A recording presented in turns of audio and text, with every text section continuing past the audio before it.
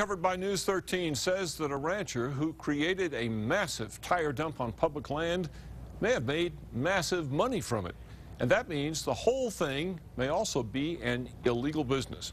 On tonight's special assignment, Dean Staley is back with more on the story he exposed last spring. The pictures speak for themselves. An entire arroyo filled to the brim with tens of thousands of old tires. It goes on and on and on. When we showed our video to State Land Commissioner Ray Powell this spring, he was shocked. That is an absolute mess.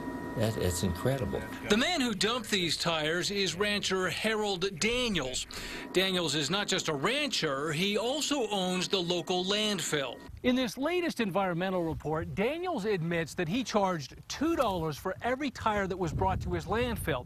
He also admits that he trucked thousands of those tires south from his landfill and that those tires ended up in that arroyo on state trust land. How many tires are we talking about? In the recently released report, an Environment Department investigator estimates there could be as many as 350,000 tires here. At $2 a tire, that means Daniels could have made up to $700,000 to dispose of these tires in his landfill.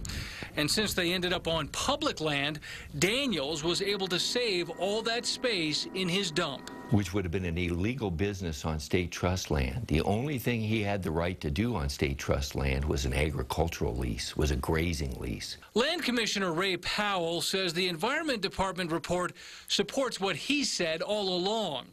Daniels violated the state's rules on tire disposal by illegal dumping, creating a, quote, nuisance harbor for disease and a potential for fire. If that ever caught on fire, Dean, that would burn for years. And that would be like a petroleum fire. It would be enormous risk to the adjoining communities, to the health of the land. We're doing everything in our power to get that cleaned up and get it cleaned up as fast as possible. The State Land Office has canceled Daniels' agricultural lease on this land and filed suit against him in court. So what does the rancher who dumped the tires have to say about that report? By phone, Daniels told me, quote, as far as I'm concerned, it's an erosion control project. He then hung up. When you put 300,000 tires in arroyo randomly, I have no idea how you'd call that, at least on planet Earth, an erosion control project. Powell's office is now working on an estimate on just how much it will cost to clean up this river of tires. On special assignment, Dean Staley, KRQE News 13.